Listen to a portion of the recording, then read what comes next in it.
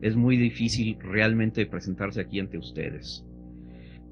Sin embargo, pues me voy a atrever y voy a hablar sobre este tema, que es la búsqueda de rentas en México, y donde de alguna manera México tiene recursos naturales, ha tenido varias bonanzas, y sin embargo parece ser que lo que estamos produciendo es pobreza.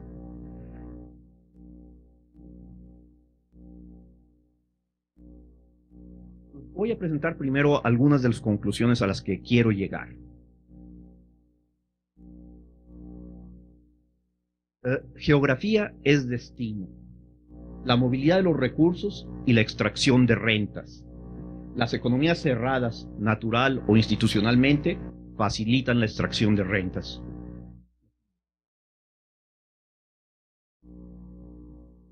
México, Bolivia, el bloque soviético, China, Tíbet, son en algunos aspectos semejantes. Sociedades cerradas, hay unos cuantos rentistas y muchos explotados, son gobiernos autoritarios y básicamente irresponsables. Se da una corrupción sistémica, hay pobreza y contaminación ambiental, y existen toda una serie de trabas y obstáculos a la movilidad de los recursos. Hay una interacción mutua de las instituciones y la geografía. Voy a comenzar a hablar un poco sobre México y voy a, obviamente, a volver al final sobre estas conclusiones, espero que ya queden mucho más claras. El territorio mexicano es de 2 millones de kilómetros cuadrados, 11,000 kilómetros de costas, 300,000 kilómetros cuadrados de tierra cultivable, y y todavía existe el mito de que México es el cuerno de la abundancia. Después de ver algunas situaciones concretas de México, muchas personas se han vuelto un poco cínicas y entonces han dicho que sí, que México es el cuerno de la abundancia, pero que este se derrama en los Estados Unidos. La población mexicana ha venido creciendo, son 104 millones de mexicanos en el territorio mexicano y hay alrededor de 20 millones de emigrados. Es decir, México en el siglo XX creció de una manera espectacular, de 15 millones que tenía a principios de siglo a 100 millones que tenía a finales del siglo. Sin embargo, también creció el número de pobres mucho más rápidamente que el número de habitantes. México tiene muchos recursos naturales, tiene petróleo y gas. De hecho, por ejemplo, en este momento hay una controversia sobre cuánto petróleo y cuánto gas existe en México. Hace alrededor de 30 años se hablaba de que había 69,000 millones de barriles de petróleo en el subsuelo. Se ha venido explotando ese petróleo, eso fue una de las bonanzas que México tuvo, pero ahora, es decir, si uno hace el cálculo del petróleo extraído y el petróleo que supuestamente existía, hay allí una diferencia importante. Ahorita la cifra oficial de petróleo son solamente 24,000 millones de barriles. Faltan como 20,000 millones de barriles, que quién sabe dónde están. Por otro lado, México tiene muchos recursos minerales, plata, oro, estaño, fluorita, cobre. Es decir, básicamente es un país minero. Tiene agua, ríos, lagunas, acuíferos, lluvias, pero sin embargo, a pesar de que también el mito es que México es un país que tiene agua, México en la realidad tiene menos agua por habitante que países tan secos, o que por lo menos pensamos que son tan secos como Egipto. Los bosques, México también tiene una gran cantidad de bosques, pero por desgracia estamos perdiendo algo así como 600,000 hectáreas de bosques al año. Esto significa que en unos 30 años no va a quedar un solo árbol en el país. Ya ahorita en las fotografías de satélites se puede observar la mayor parte de los bosques llenas de lunares erosionados. La tierra está erosionada, 60% de la tierra mexicana está erosionada entre grave y moderadamente. Bien, los humanos hemos transformado el territorio mexicano de una manera realmente importante. Hemos deforestado y erosionado el suelo, hemos mal administrado el agua y las bonanzas no han servido sino para que unas cuantas personas se hagan ricos y la mayor parte del territorio y de la población se empobrezca. Esto tiene mucho que ver con las instituciones que en México se han construido. En la época prehispánica había una cantidad importante de indígenas, mayas, aztecas, tarascos, chichimecas. Tanto los mayas como los aztecas como los tarascos habían logrado construir algún tipo de instituciones relativamente complejas. Los chichimecas, por su parte, que vivían en el norte, eran pueblos verdaderamente salvajes que vivían en pequeños grupos, pequeñas tribus, y que tenían instituciones muy primitivas. En el caso de los mayas, de los tarascos, de los aztecas, habían logrado establecer algún tipo de imperios o unidades geográficamente amplias, pero de todos modos con una tecnología y una serie de instituciones bastante primitivas. El profesor Landes, en un libro muy interesante, en donde habla de la relación entre geografía y economía, él plantea la importancia de los aspectos geográficos, lo mismo que hace, por ejemplo, Jeffrey Sachs en algunos de sus artículos. América, cuando llegan los españoles, se encuentra algo así como 3.000 o 4.000 años atrás de Europa. Realmente en América se encuentra una serie de civilizaciones, los mayas, los aztecas, los tarascos en el norte, los incas en el sur, que se encuentran básicamente en la edad de piedra. Todavía no utilizan los metales, Son civilizaciones que, por otro lado, no han logrado domesticar sino unos cuantos animales, solamente lograron domesticar unas cuantas plantas, y entonces en este sentido son civilizaciones bastante primitivas. Viene la confrontación o el encuentro con Europa, básicamente con los españoles y portugueses, en el caso de México con los españoles, y entonces vemos cómo México se comienza a integrar a el mundo que comienza a globalizarse en ese momento. El descubrimiento de América, encontrar las rutas que llevaban de Europa a Asia a través de África o a través del Pacífico, comienzan un proceso de globalización que le permitió a Europa generar riqueza, convertirse básicamente en el amo del mundo, colonizar los demás continentes. En México podemos distinguir dos periodos muy claramente. El periodo de los Austrias, de los gobernantes Habsburgos de España, que va de 1521, cuando se da la conquista de México, a 1700, en que llega a España el primero de los Borbones, y el periodo borbónico, en donde se intenta modernizar y se intentan crear instituciones completamente diferentes. Sin embargo, para lo que vamos a seguir platicando, es muy importante esa catástrofe demográfica que se da entre 1521 y 1600. Es una verdadera catástrofe, ya que, por ejemplo, hay estudiosos que han calculado la población de lo que es ahora el territorio mexicano en cerca de 20 millones. Algunos otros la consideran simplemente alrededor de 2, 3, 4 millones de individuos que vivían antes de que llegaran los españoles. De cualquier manera, ya sea la cifra más alta, de 20 millones, o la cifra más baja, de 4 millones, para finales del siglo XVI, para 1600, no quedaban sino 2 millones de indígenas en el territorio. En el mejor de los casos, había perecido la mitad de la población. En el peor de los casos, el 90% de la población había desaparecido por, básicamente, enfermedades, y la anomia, la destrucción de la civilización y de los vínculos sociales que ligaban a esos indígenas con sus civilizaciones. Por otro lado, tenemos que se empieza, es decir, que México, después de 300 años de colonia, bajo estos dos periodos, el de los Austrias y el de los Borbones, México se independiza. El periodo de los Austrias es muy interesante porque se comienzan es decir, se crean y se aprovechan y se adaptan muchas de las instituciones que existían en la época prehispánica.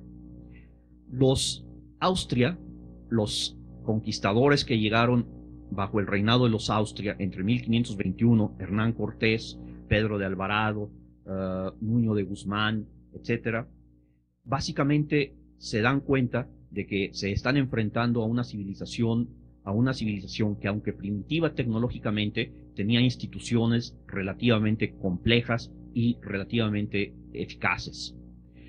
Y entonces, en lugar de destruir esas instituciones, las aprovechan y las adaptan a sus propias necesidades, a sus propios propósitos. Y entonces nos vamos a encontrar que en este periodo de los Austrias, de 1521 a 1700, se van construyendo diversas instituciones, siempre con alguna adaptación de las instituciones prehispánicas. ¿Cómo eran esas instituciones prehispánicas? Básicamente nos encontramos que en todos los casos, tanto con los mayas como con los aztecas, los tarascos, obviamente había muchos otros grupos, pero esos quizás son los más importantes, eran instituciones autoritarias, eran instituciones que no conocían estrictamente la propiedad privada, eran instituciones que sí tenían algún sistema de pesos y contrapesos. Por ejemplo, entre los aztecas, el gobierno estaba dividido entre dos personajes, el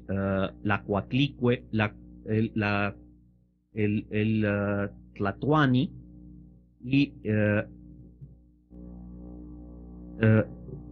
el gobernante que representaba a la mujer, el aspecto femenino de la naturaleza. Uno era el ejecutivo, el otro era de alguna manera el judicial o el pontífice.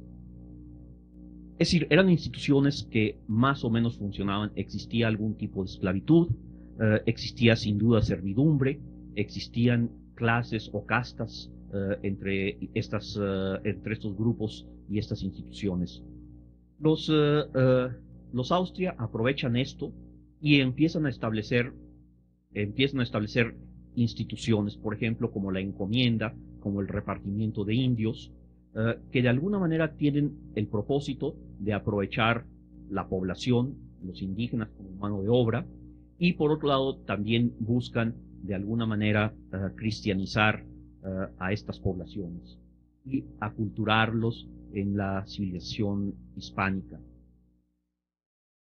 En el caso de los Borbones, 1700-1821, llegan con ideas más modernas y entonces, en lugar de adaptarse a las instituciones que existían, que se habían constituido durante el periodo de los Austrias y el periodo y la época prehispánica, ellos deciden cambiar muchas de estas instituciones utilizando modelos franceses de administración, de gobierno, y entonces empiezan a imponer este tipo de instituciones. La independencia de México se da, es decir, comienza en 1810, se consuma en 1821. Bien, entre 1821 y 1865, básicamente hay una constante lucha entre liberales y conservadores, entre una institución imperial. De hecho, México llega a tener dos imperios, el imperio de Iturbide en 1821 a 24 y el imperio de Maximiliano entre el 62 y el 65. Y por otro lado, las repúblicas federales, repúblicas centralistas y entre facciones, masones yorquinos, masones escoceses, clérigos católicos, en fin. México durante esos años de la independencia, inmediatamente posteriores a la independencia, tiene diversas constituciones, muchos gobiernos provisionales, golpes de Estado, dictadores, y es una época básicamente de caos. A partir de 1872 triunfa la posición liberal, pero es un triunfo paradójico, porque a pesar de que plantea las posiciones liberales, ideológicas, sin embargo tiene que gobernar con las instituciones conservadoras. Y se presenta el periodo, es decir, un periodo largo de alrededor de 40 años, en donde 30 años de esos 40 son gobernados por Porfirio Díaz, un general liberal, republicano, que es importante en el triunfo de la República frente al imperio de Maximiliano, pero que se da cuenta de que las ideas liberales no le permiten realmente gobernar. Sin embargo, durante esta época se establecen, es decir, se intenta la modernización de México, y entonces la estructura colonial, la estructura económica colonial que existía desde los años 1500, se cambia violentamente. Hasta esa época, hasta 1857, 1865, básicamente podemos pensar que México sigue manteniendo las leyes, las instituciones coloniales, ya sea austriacas o borbónicas. ¿Cómo eran estas instituciones? Básicamente se puede decir que en esa época la mayor producción o las fuentes de riqueza del país eran la tierra y la agricultura y la minería. En el caso de la tierra, nos encontramos con que un tercio de la tierra estaba en manos de la iglesia, un tercio de la tierra, el segundo tercio de la tierra estaba en manos de propietarios privados, y el otro tercio de la tierra, forma más o menos, estaba en manos de las comunidades indígenas. En 1857 se establece una constitución liberal, en 1859 se plantean unas leyes de reforma que básicamente lo que hacen es tratar de modernizar la estructura de la tenencia de la tierra. Se da un proceso de reforma agraria. ¿En qué consistió este proceso de reforma agraria? Básicamente consistió en desamortizar las tierras de la iglesia y de las comunidades indígenas. ¿Qué significó esto? Significó básicamente que la iglesia fue expropiada de todas sus propiedades y que las comunidades indígenas fueron obligadas a repartir sus tierras entre los habitantes indígenas y convertirlas en propiedad privada. Esto trajo como una consecuencia no deseada o no pensada, quizá, el hecho de que se dio una gran concentración de la tierra en manos de unos pocos propietarios, los latifundistas porfiristas, que es parecido a lo que sucedió aquí en Guatemala, según lo que oí yo ayer, con los cafetaleros. Estos individuos, propietarios privados que tenían ideas modernizadoras, empiezan a crear un tipo de agricultura moderna, empiezan a crear ciertas industrias para aprovechar los productos que ellos mismos estaban produciendo, pero crea una situación en donde una pequeña parte de la población se vuelve rica y una gran parte de la población pasa a ser verdaderamente pobre, sin tierras, sin ninguna propiedad y básicamente dueños únicamente de su trabajo, y un trabajo que, debido al sistema de tiendas de raya, se convierte básicamente en una servidumbre o en una esclavitud disfrazada. Este triunfo paradójico del liberalismo, gobernar con estructuras conservadoras, favorecer a unos cuantos, pero con ideas modernizadoras de democracia, igualdad, propiedad para todos, básicamente produce una gran polarización que da origen a la revolución de 1910 a 1929. En este periodo hay una lucha constante entre izquierdas y derechas, se da una segunda guerra civil que fue entre anticlericales y los cristeros, hasta que finalmente en 1929 se establece un pacto político que une a todos los que habían estado en la revolución. En este momento, en 1929, se crea el primer partido, el abuelo del PRI, que durante 70 años estuvo gobernando a México. Se llamaba el Partido Nacional Revolucionario, que básicamente era una coalición de jefes revolucionarios, de generales revolucionarios y partidos políticos locales. Allá por el año 38, se convierte en el Partido de la Revolución Mexicana. La diferencia es que en ese momento, en lugar de ser simplemente una coalición de jefes revolucionarios, de jefes y generales revolucionarios y partidos políticos locales, se incluye a sectores importantes de la población. Y entonces se crea una organización, el Partido de la Revolución Mexicana, cuasi fascista, cuasi socialista, en donde se divide en sectores: el sector campesino, el sector obrero, el sector popular y el sector militar. El PRM, Partido Revolucionario de la Revolución Mexicana, sigue hasta 1946, en que se transforma, básicamente se transforma, convirtiéndose en el PRI. La revolución ahora es institucionalizada y al sector militar lo desaparecen. Los militares ya están domesticados y ahora se vuelven simplemente una institución al servicio del poder, y desde entonces México no ha vuelto a tener ningún gobierno militar. De hecho, el general Ávila Camacho, de 1940 a 46, fue el último presidente militar. Del 46 en adelante, todos los presidentes de México han sido civiles. Por esa misma época, por el 38, se establece el PAN, Partido Acción Nacional, que une a dos corrientes. Une una corriente, podríamos decir, demócrata cristiana, y una corriente liberal. Es el partido al que pertenece el presidente Fox, que por primera vez en 70 años logra tomar el poder ejecutivo federal, y que en antigüedad formal es el más viejo de los partidos. El PRI, hay que recordar, es el hijo del PRM y el nieto del PNR, pero el PRI se funda solamente en 1946 formalmente. Por otro lado, existen dos partidos de izquierda: el Partido Popular Socialista y el Partido Auténtico de la Revolución Mexicana, que básicamente está formado por los militares que no estuvieron conformes con salirse de la política. Son dos partidos muy pequeños que no tienen mayor importancia, sino en la estructura, en la simetría de la estructura de partidos políticos entre 1929 y 1962.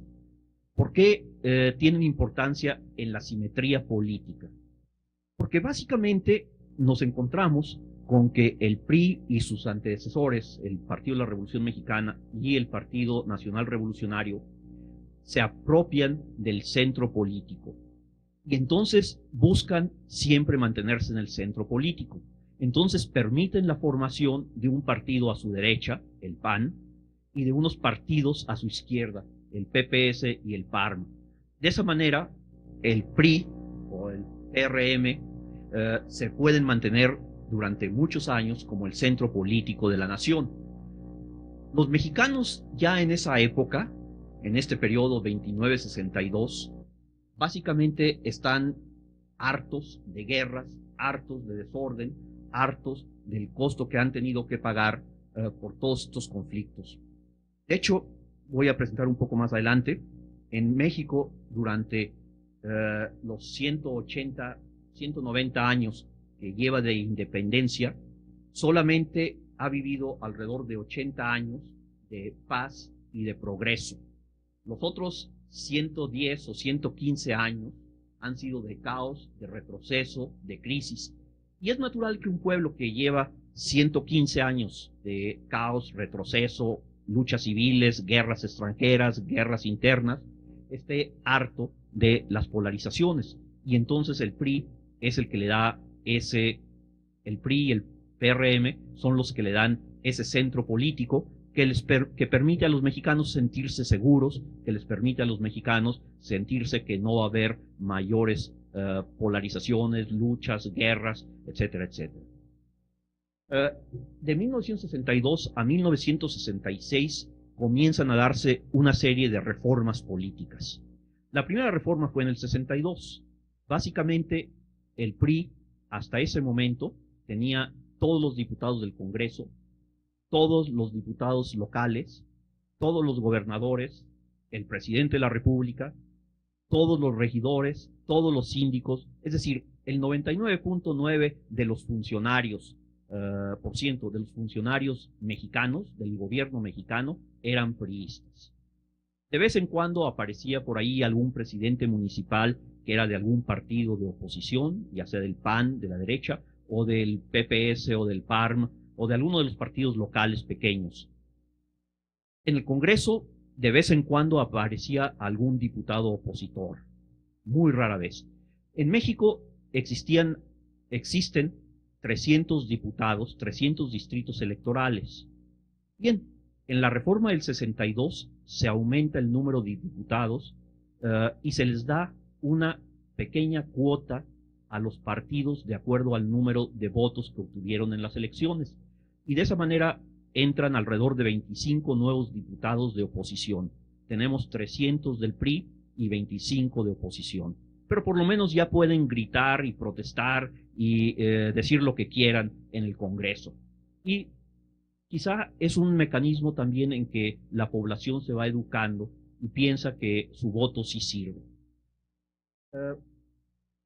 En una de esas reformas, la de 1988, se legaliza al Partido Comunista Mexicano, que de hecho era el partido más antiguo que existe en México. El Partido Comunista Mexicano se estableció desde 1919, pero todo el tiempo, o la mayor parte del tiempo, había estado prohibido, había estado fuera de la ley. Y por otro lado, se legaliza también una serie de partidos nuevos de lo que le llaman la nueva izquierda. Allí tenemos partidos como el Mexicano de los Trabajadores, como el Socialista de los Trabajadores, como el Partido del Trabajo, etcétera, etcétera. En el año 2000, por primera vez, se da la transición entre un presidente del PRI, que había sido el presidente durante los 70 años anteriores, a un presidente que era de la oposición, que es Vicente Fox. Esta transición todavía en este momento no sabemos si ha sido exitosa o no. Obviamente el poder pasó de un presidente surgido del PRI, o de una serie de presidentes surgidos del PRI, a un presidente surgido del PAN. La economía. En la época prehispánica, la economía era muy primitiva. Los indígenas no tenían realmente más que, es decir, más que unos cuantos productos agrícolas, maíz, chile, frijoles, calabazas, tomates, en el sur, patatas o papas. En la época colonial, México se comienza a insertar en el proceso global. Y entonces México se convierte básicamente en un exportador de plata, que es el metal más abundante y que es el metal que los españoles de esa época consideran que es parte o que representa la riqueza. En estos 300 años, de 1521 a 1821, representa 300 años de estabilidad institucional. No hay grandes guerras, no hay grandes reformas. Hay la reforma borbónica que se da en 1750, pero básicamente no hay grandes crisis. Seguro se dan dos crisis importantes debido a la caída de los precios internacionales de la plata, pero básicamente el país crece lentamente, crece. Su población, que era de 2 millones de indígenas en el año 1600, para 1821 eran ya un poco más de 6 millones de personas. Las diferencias entre indígenas y criollos, españoles y mestizos se va diluyendo poco a poco. Finalmente, el mito nos dice que México es un país mestizo, aunque sin embargo, probablemente el 90 y tantos por ciento de los habitantes de México sí son efectivamente mestizos.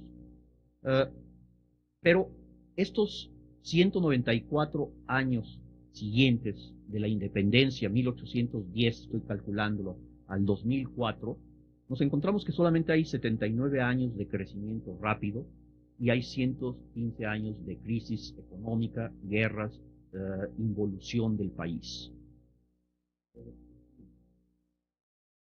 Por ejemplo, en 1800, el PIB per cápita de México era 75% del que tenían los estadounidenses en esa misma época. La población de México y de Estados Unidos era muy parecida, alrededor de 6 millones de habitantes. Para 1900, el PIB de México era solamente, el PIB per cápita de México era solamente del 27,5% del de los Estados Unidos.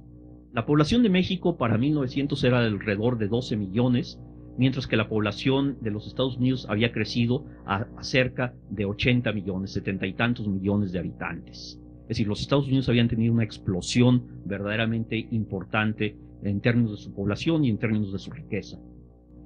Para el año 2000, el PIB per cápita de México es alrededor del 13,5% del de los Estados Unidos. Es muy claro que en estos 200 años la brecha se ha ampliado. México es obviamente más rico ahorita, los mexicanos somos más ricos y tenemos más bienestar que lo que teníamos hace 200 años. Pero, sin embargo, si hacemos la comparación con nuestro vecino, con Estados Unidos, la brecha se amplió enormemente. De estar casi parejos, estamos ahora a decir algo así como 6 o 7 veces abajo del bienestar y el ingreso de los estadounidenses.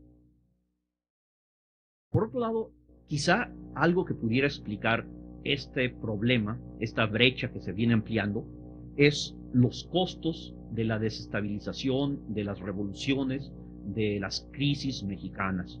Por ejemplo, el costo de la Revolución de Independencia, y por la Revolución de Independencia estoy considerando no solamente los 11 años que tardó entre el comienzo de la independencia y el fin de la independencia, sino estoy considerando un periodo más largo de este periodo caótico que México vivió, fue el 30% de la economía novohispana que se perdió. La Revolución de 1910 también tuvo un costo importante. Algunos demógrafos calculan que 1 millón de personas murieron en la Revolución Mexicana. Pero el costo económico de la Revolución Mexicana fue muchísimo más alto. De hecho, podemos estimar que cada habitante actual de México, 100 millones de nosotros, 104 millones de nosotros, está pagando alrededor de $18,000 cada año por la Revolución Mexicana. Es decir, si no hubiera habido Revolución Mexicana y hubiéramos podido mantener, claro, esto es un sí muy discutible, si hubiéramos podido mantener la tasa de crecimiento que México había venido teniendo entre 1880 y 1910, el ingreso per cápita de los mexicanos actuales sería de alrededor de $24,000.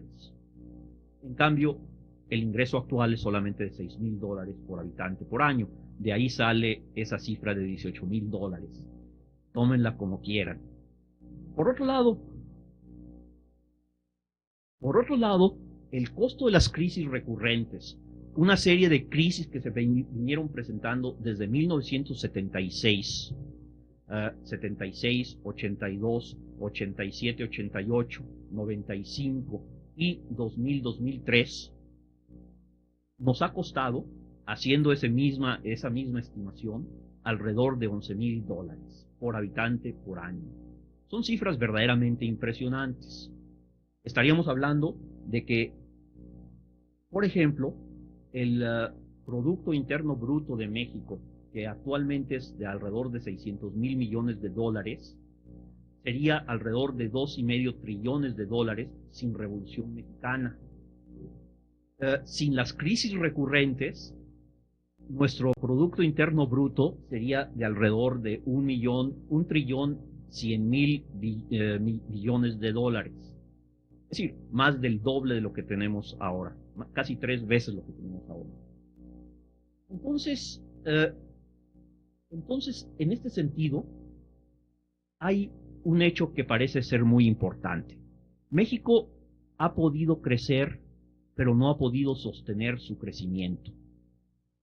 Eso es una cosa que se ve por cualquier razón. México puede crecer durante periodos cortos y después se cae. Aquí entonces lo interesante es ver por qué México se cae de cuando en cuando, más frecuentemente que otra cosa. Aquí voy a hablar de unos conceptos que a lo mejor suenan un poco extraños: densidad institucional, ecología institucional y las rentas, que es el tema precisamente que vengo a platicar con ustedes. La densidad institucional son el resultado de las medidas, tamaño, peso, costo, número, de las instituciones relevantes que existen en una determinada sociedad. Hay sociedades relativamente con pocas instituciones, o con instituciones que pesan poco, o que tienen un costo pequeño, o que tienen un tamaño pequeño. Entonces tienen una densidad institucional menor que otras que tienen muchas instituciones, o muy pesadas, o muy costosas. La ecología institucional es el complejo de relaciones que existen entre las instituciones en una sociedad. Estoy aquí considerando ecología como este sistema complejo en donde muchas formas, una gran diversidad biológica en el caso de la ecología natural, viven, se apoyan, se compiten, depredan unas a otras en un medio ambiente, pero que sin embargo mantiene un cierto equilibrio de largo plazo. La ecología institucional es esto: son instituciones que están viviendo lado a lado, que tienen interacciones unas con otras. Algunas de ellas compiten, otras cooperan, otras se aprovechan y destruyen a otras instituciones, pero el equilibrio del sistema ecológico, de la ecología institucional, se mantiene más o menos por un largo plazo. Claro, hay ecologías robustas y hay ecologías débiles. Por ejemplo, podemos pensar que una ecología en la selva, en la ecología natural, la ecología selvática, es mucho más frágil, mucho más débil que una ecología de clima templado. Las ecologías de clima templado son relativamente más robustas que las ecologías tropicales o selváticas. La ecología mexicana, la ecología institucional mexicana, es sumamente robusta. Es tan robusta que prácticamente las mismas instituciones que existían en la época prehispánica se siguen manteniendo hasta la fecha. Las mismas instituciones que existían en la época colonial se siguen manteniendo hasta la fecha. Las mismas instituciones que existían en la época independiente se siguen manteniendo a la fecha. Y por eso pregunto yo si la transición en México en el año 2000 será un éxito o un fracaso. Será un éxito si logra cambiar la ecología institucional. Será un fracaso si se mantiene la misma ecología institucional. Finalmente, la renta es la transferencia de valor de un recurso, cualquier tipo de recurso, a un grupo de personas determinado. La tierra produce rentas, las personas pueden producir rentas, el gobierno produce rentas. Es decir, las rentas las podemos obtener de cualquier parte, pero lo importante de la renta es que no es una actividad productiva, sino es una actividad que simplemente transfiere valor o riqueza de un lugar a otro. La ecología y la economía, desde su etimología, tienen un origen común: la casa. Ecología, que significaría el estudio o el conocimiento de la casa. La economía, que significaría las normas que rigen el manejo de una casa. Originalmente tenían estas dos ciencias, o estas dos disciplinas, más que ciencias, tenían una cierta semejanza, un cierto origen común. Sin embargo, se fueron distanciando. Se distanciaron de tal manera que la economía se volvió una ciencia social, la ecología se habla básicamente de una ciencia natural, y se distanciaron. Sin embargo, estamos viviendo ahora en la época de los sistemas complejos, de la idea de la complejidad del Instituto de Santa Fe, etcétera, es decir, de esta relación entre las máquinas y los hombres que hablaba el premio Nobel, en donde tenemos que empezar a darnos cuenta de que todos estos fenómenos están de alguna manera interactuando. La ecología natural, la ecología institucional, la economía tienen puntos de contacto muy importantes. ¿Cómo podemos integrar esto? Básicamente tenemos que integrar los costos. La gran separación que se dio entre la ecología y la economía tiene que ver básicamente con la forma en que contabilizamos los costos. Por ejemplo, solamente en los años recientes se han dado cuenta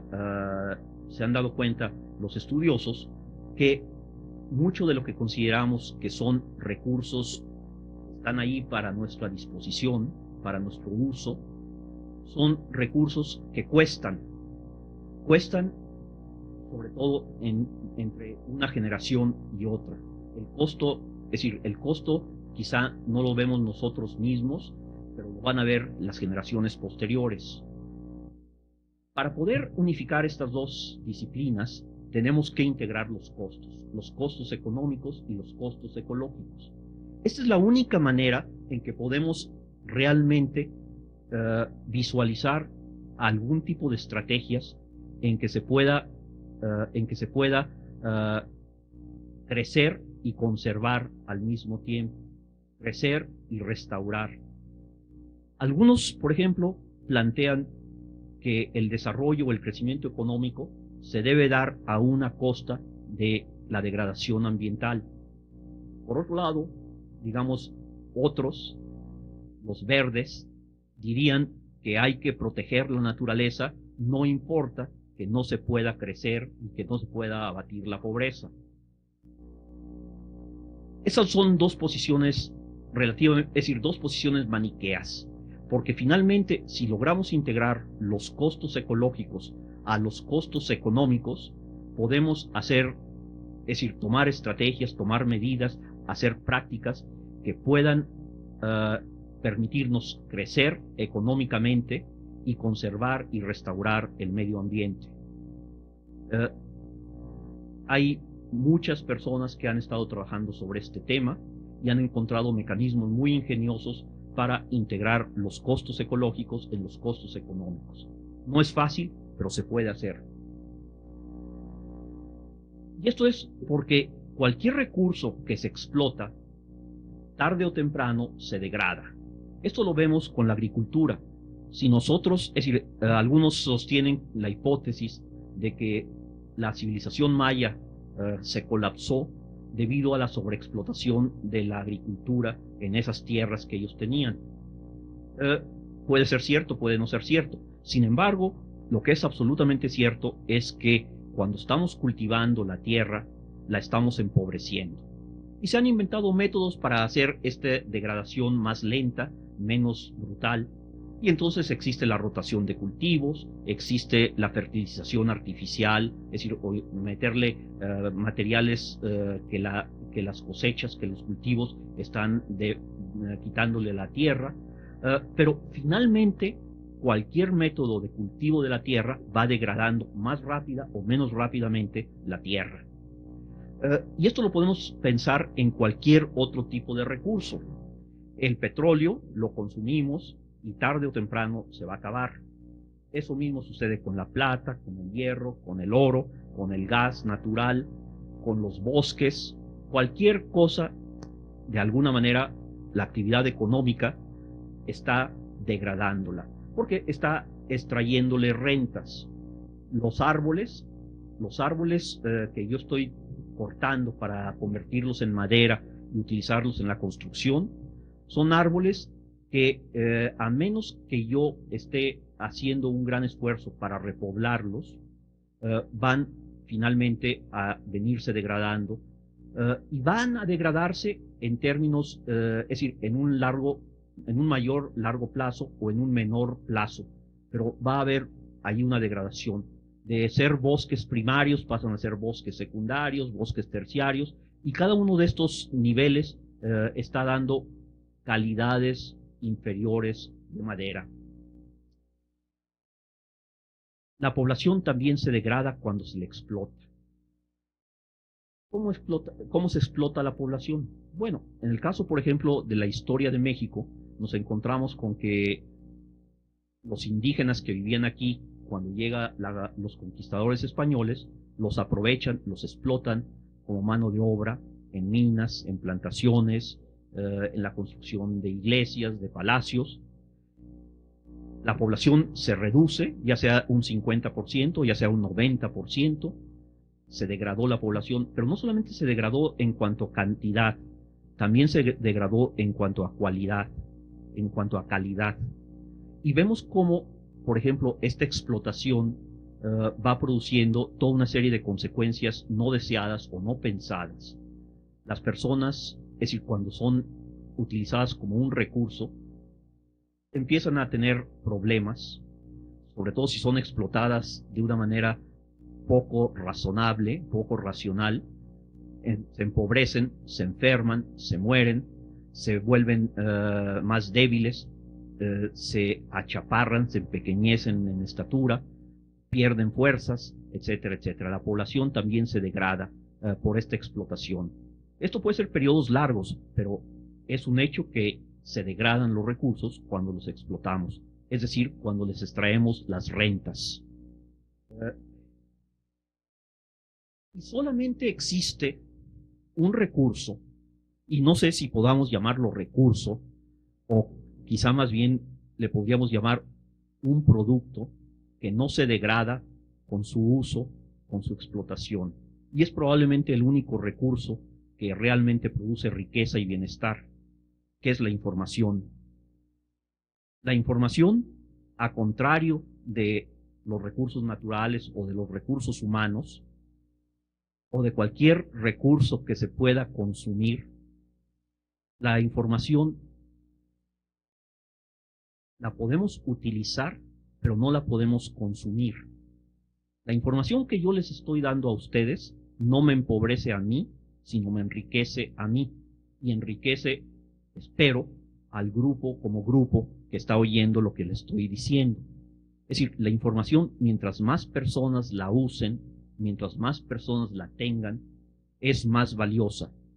Si yo tengo ideas muy buenas, pero me las quedo yo dentro de mi cerebro, no sirven para nada.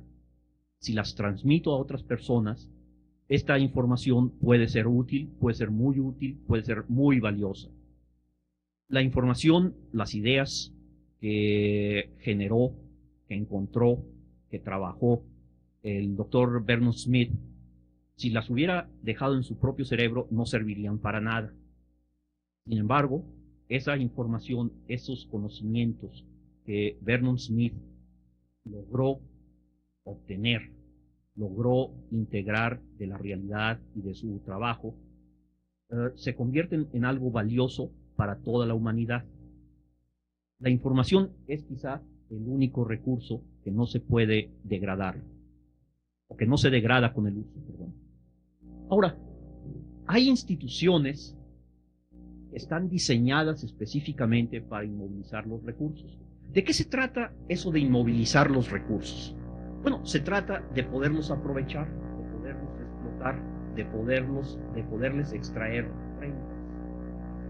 Un recurso que se mueve es más difícil de explotar, es más difícil de extraerle rentas.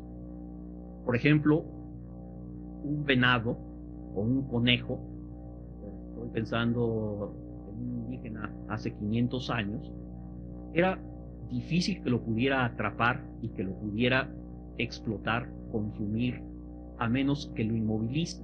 Lo inmoviliza con una trampa, lo inmoviliza con una flecha, lo inmoviliza tendiéndole una emboscada. Una vez que lo inmoviliza, lo puede utilizar y lo puede explotar, le puede obtener una renta. Es decir, el recurso, la energía que tiene el venado, la energía que tiene el conejo, una vez que lo inmoviliza, una vez que lo mata, una vez que lo cocina, una vez que se lo come, transfiere la energía que tenía el venado o el conejo al cuerpo del indígena o de su familia. Hay una transferencia de valor. Bien, cuando nosotros queremos explotar un recurso, tenemos que inmovilizarlo. Entonces, los humanos hemos inventado muchas maneras de inmovilizar los recursos. Una flecha y un arco, una red para cazar o para pescar, son formas de inmovilizar. Pero si estamos hablando de los humanos y de las instituciones humanas, entonces nos encontramos que también tenemos que inmovilizar los recursos. Y entonces se han diseñado cosas como las fronteras nacionales y los retenes. Es decir, las fronteras nacionales no son más que líneas imaginarias, a veces son físicas, pero que impiden el paso de un recurso, de un lugar a otro. Lo inmovilizan en una cierta región. Por ejemplo, ustedes que son guatemaltecos probablemente necesiten un pasaporte para pasar a México. Probablemente necesiten un pasaporte para pasar a los Estados Unidos. Es decir, ustedes sin un pasaporte no pueden salirse de Guatemala. O si se salen de Guatemala van a ser ilegales, indocumentados y van a ser objeto de explotación en México o en Estados Unidos. Otro mecanismo, o digamos, otro de los mecanismos que existen para inmovilizar a los recursos son las aduanas y los puertos. Las mercancías tampoco se pueden mover libremente. Tienen que pasar a través de una inspección en la aduana o en el puerto. Tienen que tener un permiso para pasar. Tienen a veces que pagar, muchas veces tienen que pagar un arancel, una tarifa, una gabela. Y de esa manera estás inmovilizando los recursos. Para eso, para poder pasar, necesitas pasaportes y salvoconductos que dicen fulano de tal es guatemalteco, fulano de tal es mexicano, fulano de tal es francés. Otra forma que me enteré aquí en Guatemala es que, por ejemplo, en alguna época en el pasado se estableció los trajes indígenas. De esa manera, los indígenas tenían que vestirse de una cierta manera y de esa manera los tenían controlados los hacendados, los finqueros. Precisamente por andar vestidos de cierta manera, la gente sabía que pertenecían a la finca X, Y o Z. Los uniformes es lo mismo. Son maneras de inmovilizar los recursos, de no dejar que se escapen los recursos. Porque obviamente el recurso, sobre todo si es un recurso relativamente inteligente o relativamente consciente, como puede ser un conejo, un venado o una persona, no le gusta que lo exploten. No le gusta tener que transferir su valor a otra persona simplemente porque sí. Y entonces va a intentar escaparse. Es lo natural. Es decir, voy a irme a un lugar donde yo no sea objeto de explotación. No quiero que me coman, no quiero que me utilicen, etcétera, etcétera.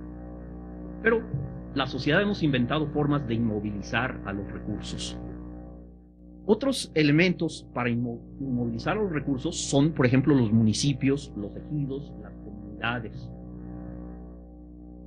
los reglamentos administrativos, el peonaje que surge de las deudas impagables, que también se acostumbraba en México y aquí en Guatemala. Vuelvo a repetir aquí, la puerta de escape de la pobreza, ¿cuál será? Sabemos que la extracción de rentas produce una degradación gradual de los recursos explotados, ya sean naturales o humanos. Las rentas son extraídas de aquellos recursos que no se pueden mover fácilmente. Una economía basada en la extracción de rentas, a la larga, produce pobreza y deterioro ambiental. Si mi razonamiento hasta aquí es correcto, estas son conclusiones que podemos obtener. Eh, por otro lado, la capacidad de los recursos de moverse dificulta la extracción de rentas, hace más difícil, más costosa la extracción de rentas. Voy a tener que perseguir al venado, al conejo o al ciervo. Construir instituciones que impidan la movilización de los recursos es la mejor estrategia para extraer rentas. En México hemos creado esas instituciones, las seguimos manteniendo. La comenzaron a crear los indios, los indígenas prehispánicos, las aprovecharon los españoles, las aprovecharon los criollos, las aprovechan los mestizos y hoy las aprovecha la transición. Y solo la movilización de los recursos permite generar riqueza y bienestar. Esta conclusión es exactamente la misma que nos decía Vernon Smith, que le impactó de Adam Smith en un momento dado. Nos dijo hace un rato Smith que la globalización se ha venido produciendo y lo que tiene como consecuencia es expandir la especialización del trabajo y expandir los mercados.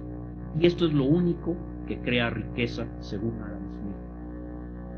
Entonces, si nosotros queremos ver al futuro, porque como decía el rector de la Universidad Galileo, no se trata de conocer el pasado simplemente para ser eruditos. Se trata de conocer el pasado para, a partir del pasado, construir un futuro mejor. Entonces, ¿qué debemos hacer para detonar el crecimiento económico, eliminar la pobreza y restaurar el medio ambiente? Me gustaría oír sus opiniones. Muchas gracias.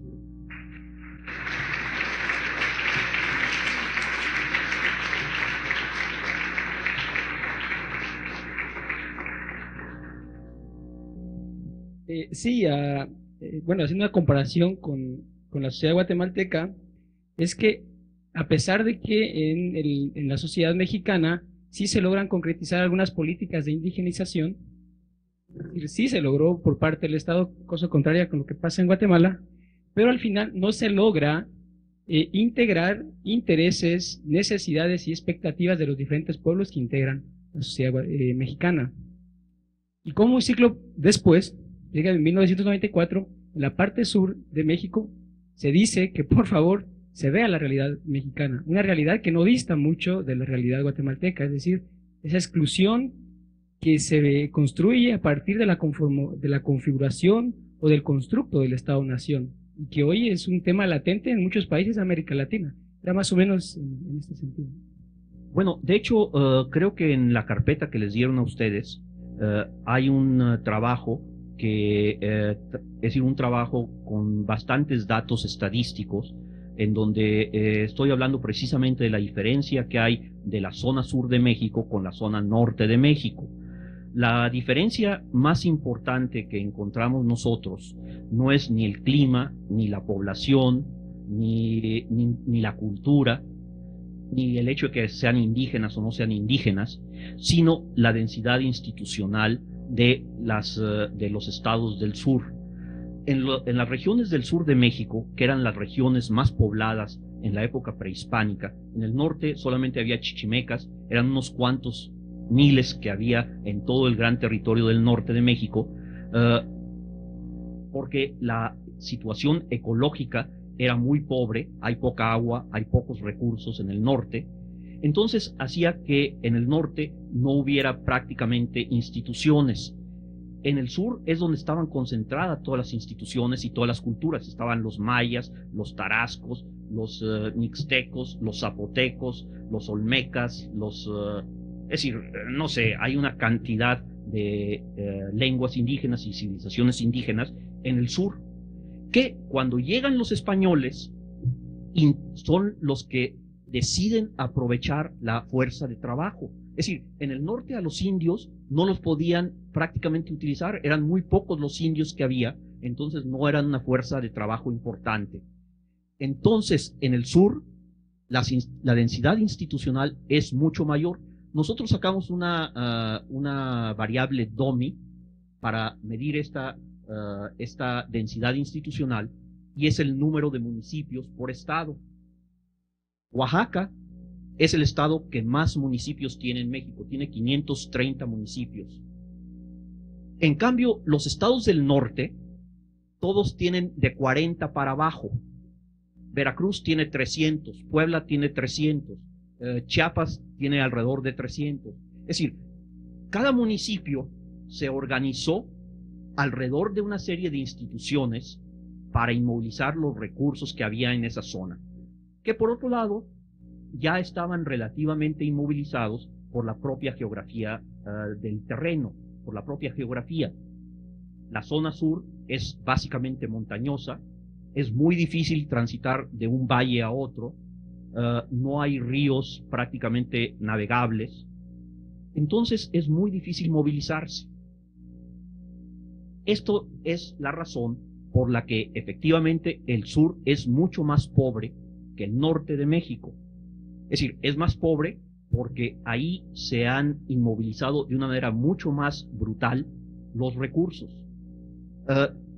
Parecería como que es decir, parecería que intuitivamente uno podría pensar que en la Ciudad de México, donde hay 20 millones de habitantes, bueno, en la zona metropolitana de México, donde hay 20, 22 millones de habitantes, los productos alimenticios serían más caros que en una comunidad de Oaxaca donde hay 40 o 50 individuos. Parecería que la mayor demanda haría que los precios sean más altos, pero no es cierto. En una comunidad de 40 o 50 habitantes en Oaxaca, los precios pueden ser 2, 3, 4 veces más altos que en la Ciudad de México, porque va a existir un comerciante que los trae, es decir, y tiene que cubrir el costo del transporte, pero que además monopoliza ese pequeño mercado. Y entonces los huevos, que en la Ciudad de México puede valer $1, a lo mejor en Oaxaca valen 2 o 3 pesos en ese municipio. Es decir, estamos viendo una extracción más brutal de los recursos, de rentas de esos recursos, debido a la poca capacidad de moverse.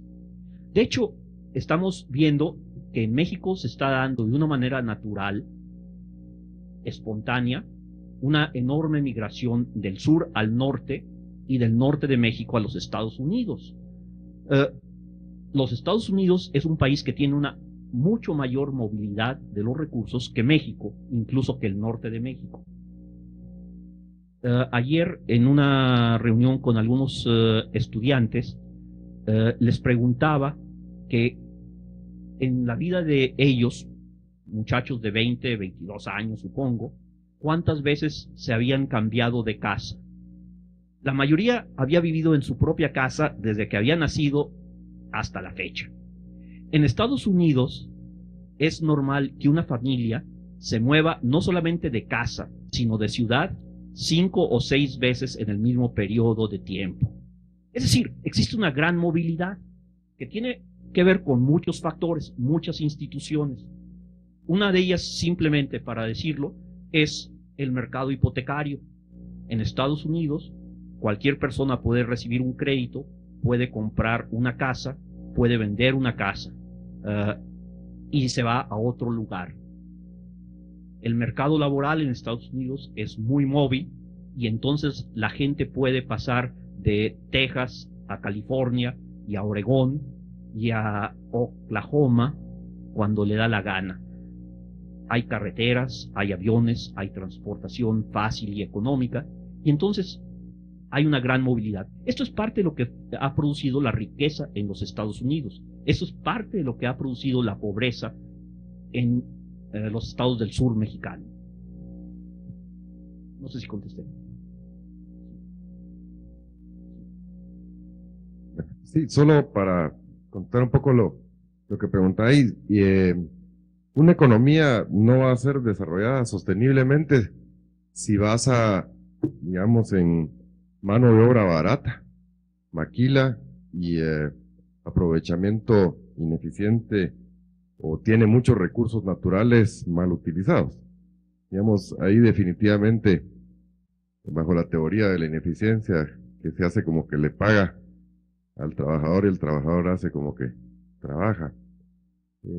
Definitivamente ahí no habría sostenibilidad en el tiempo bajo un esquema de ese tipo, de uso de recursos humanos mal pagados y que son modelos típicos, digamos, en México y que se están implementando en nuestros países, pues la maquila y ese tipo de cosas. O sea, eso no sería sostenible. Y mi pregunta, que sería un poco, que tal vez no se cubre en este tema, es, ¿habrá un problema serio en que los recursos, pues, de un país, como los recursos del mundo, pues, son universales y escasos? ¿Tiene que pagar una renta el que los posee?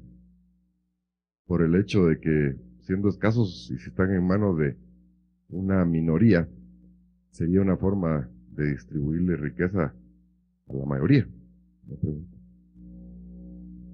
La pregunta es si los que poseen los recursos deberían pagar una renta a la sociedad.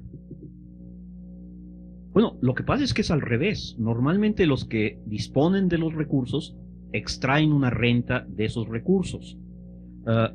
Ahora, pueden extraer esa renta debido a que los tienen cautivos, a que tienen cautivos esos recursos, mediante un título de propiedad o mediante aduanas, fronteras, pasaportes, salvoconductos, etcétera, etcétera. Ahora, normalmente eso sucede cuando, es decir, el Estado normalmente cobra un impuesto a los propietarios, a los que obtienen algo. Es decir, de alguna manera les está cobrando una renta. Es decir, uno paga el impuesto predial o el impuesto territorial, no sé cómo le llamen aquí. Si tiene una propiedad de una finca o de una casa, uno paga un impuesto sobre el valor de esa finca o de esa casa. Si uno gana dinero, es decir, por cualquier actividad, uno le tiene que pagar un cierto porcentaje al gobierno. Es decir, está pagando una renta que se dice que el gobierno va a distribuir entre los que tienen menos o los que no tienen. Sin embargo, el problema con los impuestos es que normalmente el costo de tener gobierno es muy alto. Normalmente, y esto lo vemos en cualquier institución que reparte o cualquier individuo que reparte algún tipo de bien. Está el caso, por ejemplo, de una familia en donde van a repartir una pizza y que es una pizza que no está partida ya de antemano. Entonces normalmente hay la tendencia a que el que la parte va a escoger el pedazo más grande y se va a aprovechar de ese pedazo más grande y les va a dejar a los demás los pedazos más pequeños. Esto sucede en el gobierno. Muchas veces estas organizaciones gubernamentales o no gubernamentales, pero que se dedican a repartir fondos, muchas veces son muy costosas. Hay instituciones que para repartir, vamos a decir, $1, gastan en administración 50 o 60 centavos. Es decir, y entonces realmente se están sirviendo, como decimos en México, con la cuchara grande. ¿Sí? Al gobierno le pasa lo mismo. Es decir, el gobierno cobra impuestos, que los va a repartir, se supone, mediante servicios públicos, mediante subsidios, mediante distintos mecanismos, educación gratuita, entre comillas, salud gratuita, entre comillas, pero nos encontramos con que muchas veces administrar ese reparto sale más costoso que lo que se reparte. Entonces habría que pensar en disminuir el costo de ese gobierno, el costo de esas instituciones. Probablemente es justo que la administración de ese reparto sean, no sé, un 5, un 10, un 15% de lo que se reparte. Pero ya cuando estamos hablando de proporciones mayores, yo creo que es un abuso verdaderamente. Doctor, buenas tardes. Quisiera preguntarle si usted considera que la Agenda 21 y la aplicación de la Agenda 21 regional podría ser esa puerta de escape para combatir la pobreza y lograr el desarrollo sustentable de América Latina. Yo creo que básicamente lo que necesitamos es generar las condiciones para que los recursos puedan moverse a los lugares donde puedan ser mejor utilizados. Es decir, no solamente se trata de disminuir las fronteras mediante tratados de libre comercio, no solamente se debe tratar de permitir el paso libre de las personas, que también es muy importante, sino que se debe generar, por ejemplo, buenas carreteras, buenos puertos, buenos transportes. Todo esto es lo que va a permitir que los recursos se movilicen fácilmente de un lugar a otro. La geografía de América Latina no es muy buena en ese sentido. América Latina no tiene grandes ríos que puedan utilizarse. El transporte por agua es el más barato que existe. Sin embargo, en la mayor parte de estos países no existen grandes ríos navegables. Sin embargo, se pueden utilizar y se puede construir canales, se pueden hacer obras humanas que permitan ese transporte por agua. Pero si no se pueden usar transportes por agua, existen los ferrocarriles que hay que buscar construir, existen las carreteras, existen flotas modernas de transporte, de trailers, etcétera, etcétera, que pueden todos estos ser utilizados. Es decir, se necesitan acuerdos políticos y acuerdos internacionales, pero también se necesita mejorar los medios físicos de movilidad de los recursos. Buenas tardes, doctor Blum. Me parece muy interesante toda su conferencia, todo lo que usted explicó sobre la movilidad de los recursos. Y figúrese que usted sabe muy bien que México es el país que más tratados de libre comercio tiene suscritos en el mundo. Y son expertos en el tema. Cualquiera dijera que es uno de los países más libres y más abiertos por eso. Sin embargo, vemos en la práctica que no, y Guatemala, El Salvador y Honduras tienen firmado un tratado de libre comercio con México. Sin embargo, en la práctica nos dimos cuenta que habían varias barreras, sobre todo una muy conocida que se llama precios estimados. Y en sí los mexicanos son muy hábiles en firmar tratados, pero a la vez en tener barreras, sobre todo no arancelarias, ¿verdad? Entonces yo lo que quisiera es que usted nos explicara con su vasta experiencia más o menos cómo se maneja en México y los grupos de presión para lograr todas estas barreras no arancelarias en todos estos tratados de libre comercio. Me imagino que están súper organizados porque logran que sus negociadores estén en constante comunicación con ellos a la hora de negociarlos de una forma que realmente es asombrosa. Yo quisiera que usted nos explicara más o menos si tiene experiencia en eso, que nos contara un poco. Gracias. De hecho, por ejemplo, cuando se firmó el Tratado de Libre Comercio con Estados Unidos y Canadá, el presidente Salinas, que fue el cerebro de esta negociación, el impulsor de esta negociación, y de alguna manera por esa razón, el presidente que junto con Porfirio Díaz ha intentado modernizar México de una manera más rápida y más eficaz, y que se le va a tener que reconocer esto, a pesar de todos los otros defectos que pueda tener. Él se dio cuenta de que un tratado de libre comercio tenía que lograrse que beneficiara a los mexicanos.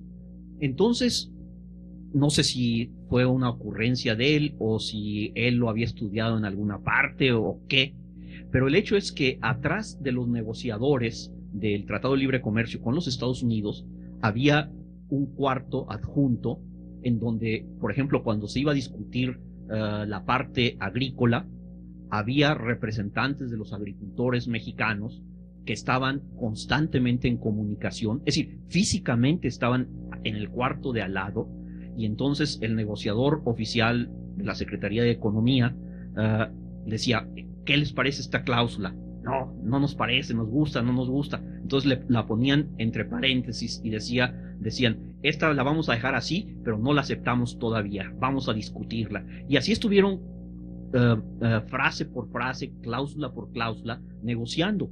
Y cuando era la cuestión de la cerveza, lo mismo. Cuando era la cuestión del cemento, la cuestión de la energía, la cuestión del transporte. Aún así, si los mexicanos son hábiles para establecer esas barreras no arancelarias, los americanos, nuestra contraparte, fueron o han sido más hábiles todavía. Porque, es decir, Pero al final de cuentas, el Tratado de Libre Comercio con los Estados Unidos y con Canadá ha tenido un gran impacto positivo en México, porque básicamente abrió la frontera americana, la frontera de los Estados Unidos, a la producción, a los productos mexicanos. Tan es así que el comercio entre los dos países pasó de alrededor de 50,000 millones de dólares a más de 300,000 millones de dólares en la actualidad. Por otro lado, el Tratado de Libre Comercio firmado en el año 94 ha hecho que las empresas que pueden exportar y que están compitiendo con los bienes y servicios norteamericanos o canadienses hayan tenido que elevar su productividad. Por ejemplo, entre 1980 y 1994 o 93, básicamente la productividad de la industria mexicana cayó entre 1 y 2% anualmente. Fue el periodo de las crisis. Pero a partir de 1994, entre 1994 y el año 2000, la productividad de esas industrias que competían con bienes estadounidenses y canadienses aumentó 13%, casi 2% anual. Es decir, hubo un salto de -1 o -2 a +2 debido al Tratado de Libre Comercio. Cuando se hace algún tipo de manipulación estadística para ver qué hubiera pasado sin el Tratado de Libre Comercio, se encuentra que el aumento de la productividad de esas mismas industrias hubiera sido solamente 3% durante el periodo en lugar de 13%. Es decir, el Tratado de Libre Comercio sí ha favorecido, sin duda, a la industria mexicana. Sin embargo, ha generado también un proceso de polarización. Hay unas cuantas industrias que han sido muy exitosas, que han aumentado su productividad, y ha habido un número bastante grande de industrias que están quebrando o a punto de quebrar. Es decir, se ha polarizado eso.